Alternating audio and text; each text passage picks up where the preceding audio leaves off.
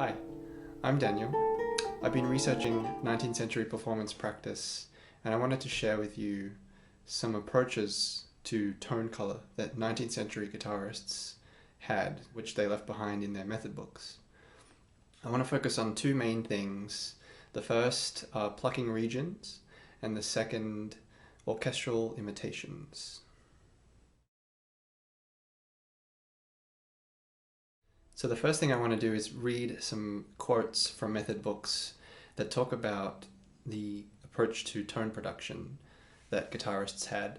So I'm going to begin with a quote by Ferdinando Carulli from his Complete Method for Guitar. He says, "The right hand does not have a fixed position because of the extent that you want to sweeten the sounds to imitate the harp. And to do so, you have to bring it closer to the sound hole. When you want to play loud, you have to bring the hand closer to the bridge." Now a quote from Francesco Molino from his new method for the guitar. "The right hand exerts no other way of playing with expression than first to pluck the string with clearness, creating a soft and agreeable sound imitating as much as possible that of the best harpsichord, and then to characterize with soul and energy all the ideas and sentiments which must be expressed by means of well-graduated pianos and fortes, which ought to be noticed in sound and which produce such a great effect." Now I'm going to read a couple of quotes from Sydney Pratton, who is someone that I've spent quite a bit of time researching, and I've talked about her in past articles. And so here are two of her quotes from Guitar School. "This charming and graceful instrument is capable of much execution, intense pathos, and a variety of effects, peculiarly its own, and is also admirably adapted as an accompaniment to the voice. An eminent composer, in eulogizing the merits of the guitar, says with much truth that although it has not the power of some large instruments, it has a revenge in its delicate sweetness and sympathetic tones." Later on in the method she says, "As the charm of the guitar consists in bringing out a round, full tone and varying the quality according to the style of music or phrasing, either with energy or brilliancy, or pathos and expression, not merely making sounds which only touch the ear, but producing such tones that touch the feeling. To strike the strings of the guitar in a matter-of-fact way is anything but pleasing, and indeed has given many a dislike to the instrument. But to admirers of guitar, even a few notes or chords well produced or played have an indescribable charm."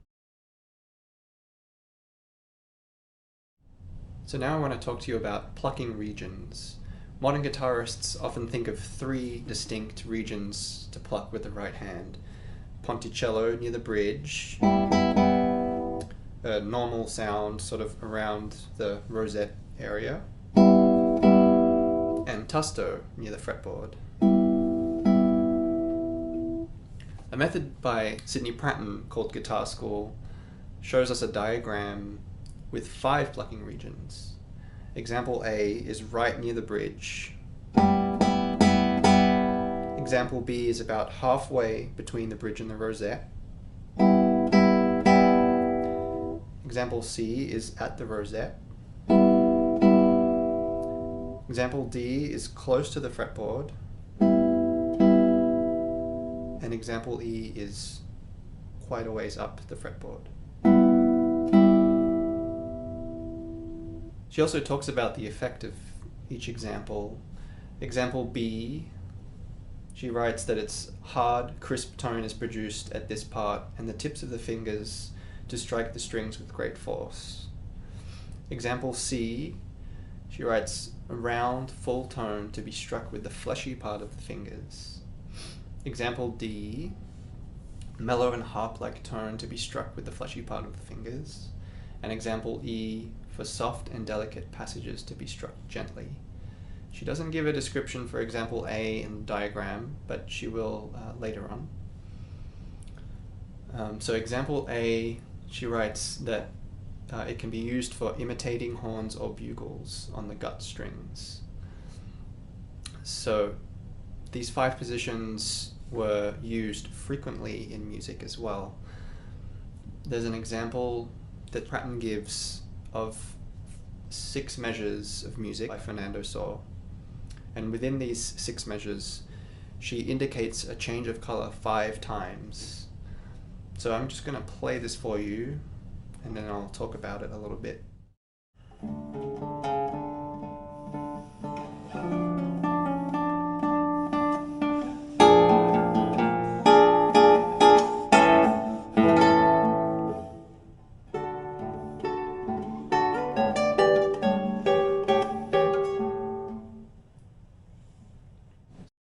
So, as you can see, I started here, example E, right at up at the fretboard, and then as the sound increases, a crescendo happens, as more notes start to come in, my hand moved down towards the bridge to example D.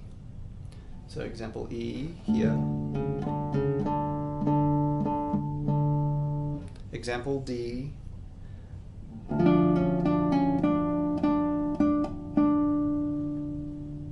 so that's near the fretboard. Example C at the rosette. And then example B about halfway between the rosette and the bridge. And then we have a dolce, so we go back to example D, close to the fretboard.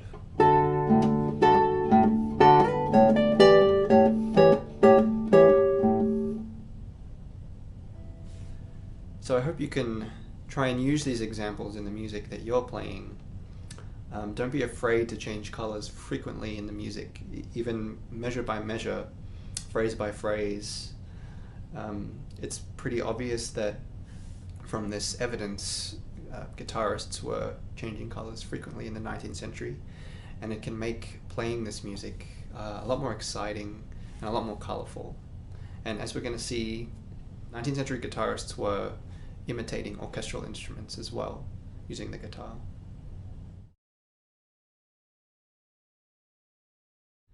Nineteenth century guitarists left us a lot of information about imitating orchestral instruments.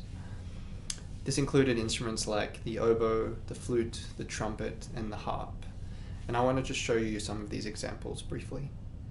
I also want to read you some quotes from Berlioz's treatise on orchestration, where he describes each instrument in a very descriptive way, almost whimsical way.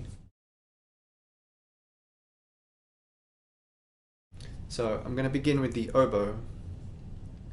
The oboe is especially a melodial instrument. It has a pastoral character, full of tenderness, nay, I would even say of timidity.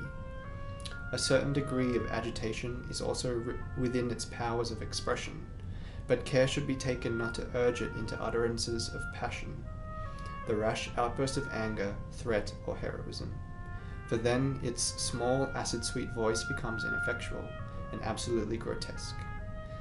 Some great masters, Mozart among them, have not escaped this error.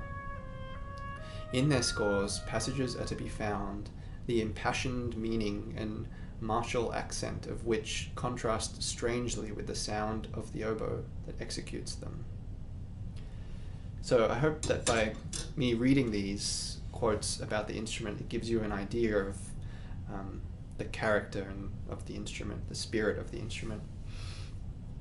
So now I'm going to play an example that Fernando Sor gives in his method book about imitating the oboe.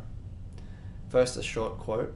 In imitating a singing passage for the oboe, it is only possible to venture on short passages in thirds, intermixing slurred and staccato notes. As the oboe has quite a nasal sound, not only touch the strings as near as possible to the bridge, but curve the fingers and use the little nail to set them in vibration. So here is the example which he gives in his method book. So I'm going to pluck right near the bridge. I'm going to call this example A using Pratton's diagram.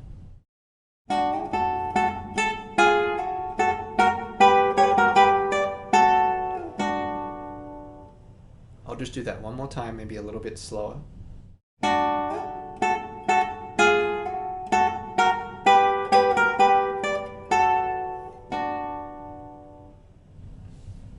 So if you see any passages that have a similar sort of structure to that, thirds with staccatos and legatos, I think that's a great opportunity to use this effect and become an oboe, or maybe a pair of oboes playing.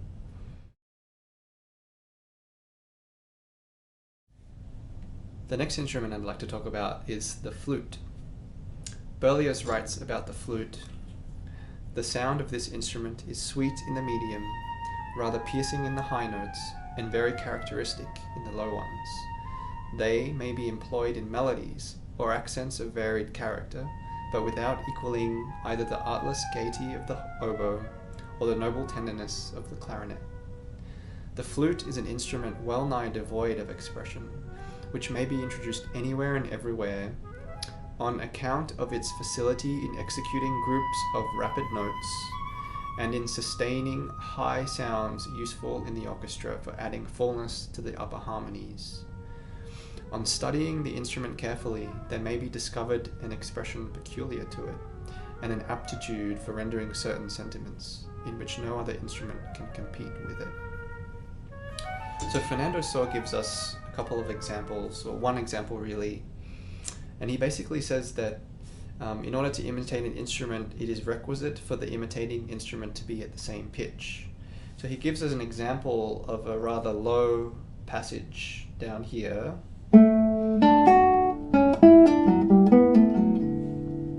But he says that if you want a passage like that to be imitating the flute, it should be up higher. So he gives it up an octave.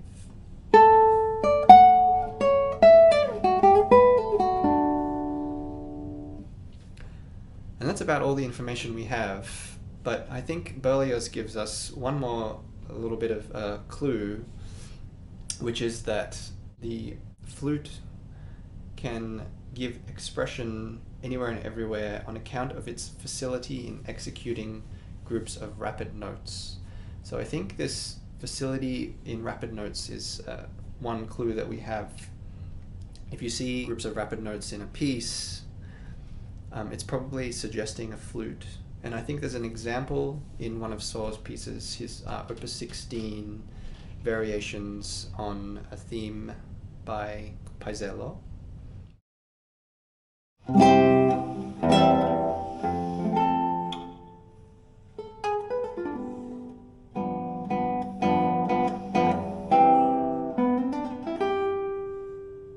So that's just the first few measures there.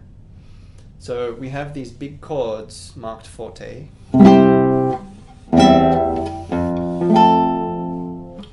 And then they're followed by these rapid notes marked dolce. And then followed immediately by, concluded with some more rapid notes. So I think those rapid notes in that passage are suggesting a flute. I hope you can find some similar passages, and if you do, please let me know, because I'd like to collect these passages that are maybe suggesting the flute, so we can have a little bit of a database of these.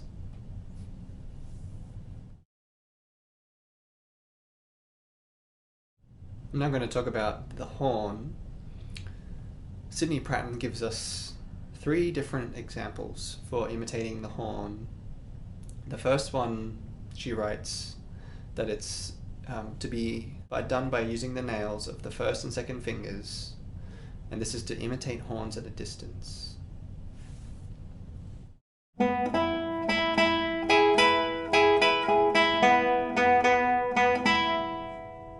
The second example is by using the thumb and first finger without the nails. You'll be able to produce a different quality of tone.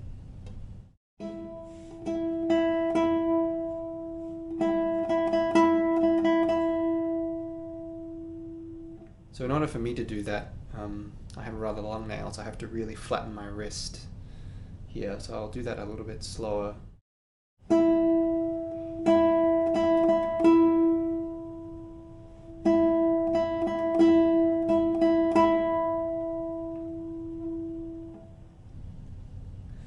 And then the third one, she writes that another amusing effect can be obtained in imitation of a single horn by playing a succession of notes upon one of the silver, which is the bass, one of the bass strings with the first finger nail.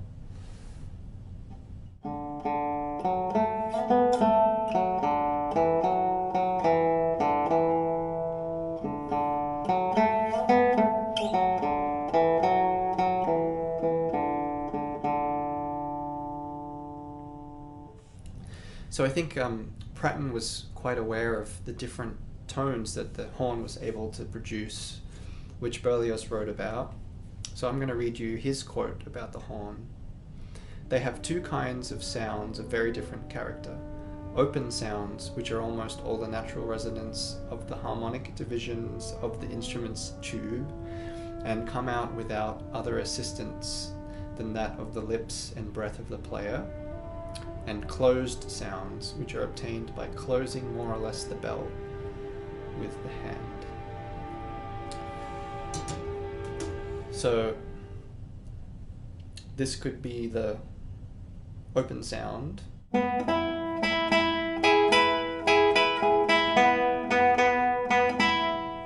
using the nails close to the bridge, and the example where you use the flesh to produce a different quality of tone could be the closed sound, a more muted sound.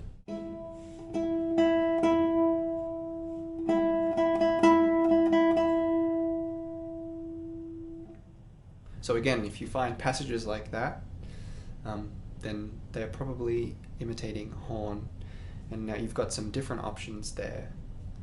So please let me know if you find any examples like that in your music.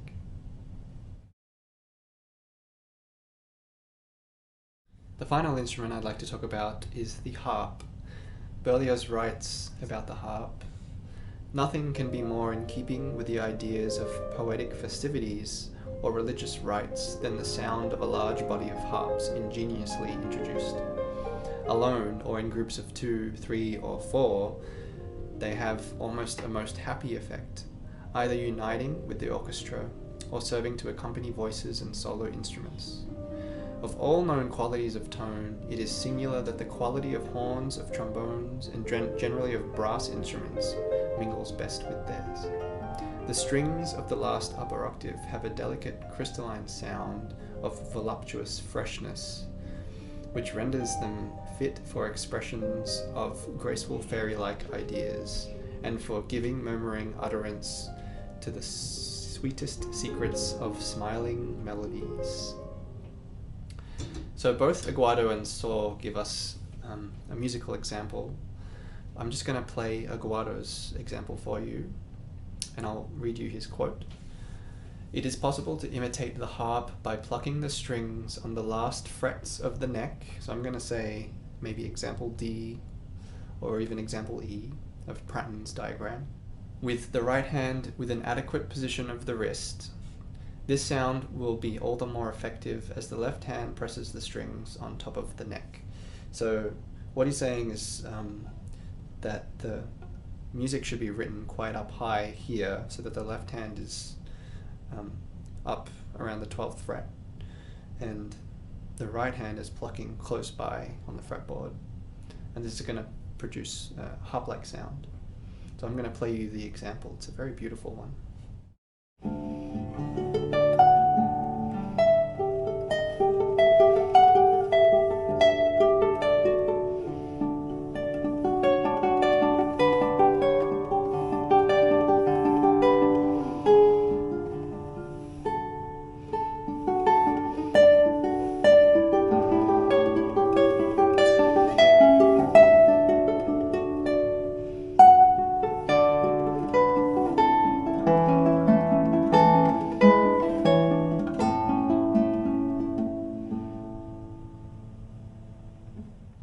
So I think this texture is quite common in 19th century music, but maybe what not a lot of people are aware of is that this is imitating the harp when you have these flowing arpeggios, especially when the music is quite high in range. So I hope you really think about the position of the right hand and about the characteristics of the harp, and really infuse that into the music. Again, if you do find examples of this in any pieces, I'd really love to know. So I hope that's given you a little bit of an overview of orchestral imitations. I also talked about plucking regions, and I think the two go hand in hand and they work together. If you take my course, Play Like a 19th Century Guitarist, I go into this stuff in even more detail and show you how you can incorporate these effects into the pieces you're working on.